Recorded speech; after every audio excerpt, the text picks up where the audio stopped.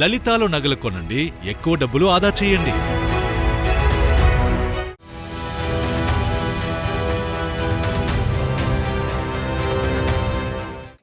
నమస్తే, welcome to I news. మీ సోనియా. ప్రపంచంలో అత్యధికంగా ఉపయోగించే మెసేజింగ్ యాప్లలో ఒకటైన వాట్సాప్ కు రష్యాలో డేంజర్ బెల్స్ మోగుతున్నాయి. రష్యా ప్రభుత్వం అక్కడి రాష్ట్ర కమ్యూనికేషన్ వాచ్డాగ్ ద్వారా వాట్సాప్ ను పూర్తిగా నిషేధించేందుకు అడుగులు వేస్తున్నట్లు అంతర్జాతీయ కథనాలు వెల్లడిస్తున్నాయి. ఈ నిషేధం వెనుక కారణం ఒక్కటే, యూజర్ డేటా. రష్యా చట్టాలను, డేటా భాగస్వామ్య అవసరాలను పాటించడంలో మెటా యాజమాన్యం విఫలమైందని ఆరోపిస్తూ రష్యా అధికారులు వాట్సాప్ పై తీవ్ర ఒత్తిడి పెంచుతున్నారు. మరి ఈ డేటా వార్ ఎటు దారి తీస్తుంది? మెటా సంస్థ ప్రతిస్పందన ఏంటి? పూర్తి వివరాలు చూద్దాం ఇప్పుడు.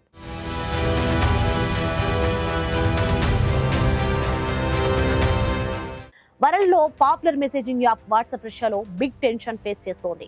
మా రూల్స్ ఫాలో అవ్వకపోతే కంప్లీట్ బ్యాన్ అని Russian state communication watchdog WhatsApp కు క్లియర్ గా థ్రెటన్ చేసింది. ఈ వార్త ఇప్పుడు అంతర్జాతీయ మీడియాలో హెడ్లైన్ గా మారింది.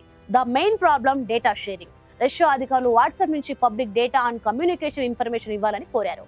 బట్ మెటా డిమాండ్ ను రిజెక్ట్ చేసింది.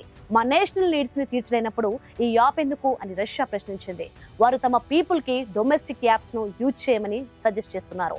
మెటా స్ట్రాంగ్ గా రియాక్ట్ అయింది. Russia users data security rights ను వైలేట్ చేయడానికి ట్రై చేస్తోంది.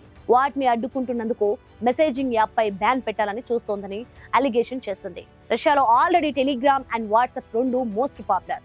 రష్యా గవర్నమెంట్ కొద్ది రోజులుగా డేటా యాక్సెస్ కోసం ప్రెజర్ చేస్తోంది. దానిలో భాగంగానే ఆగస్టు నుంచి వాట్సాప్ లో కాల్స్ చేసుకునే ఫెసిలిటీని ఆల్రెడీ బ్యాన్ చేసింది.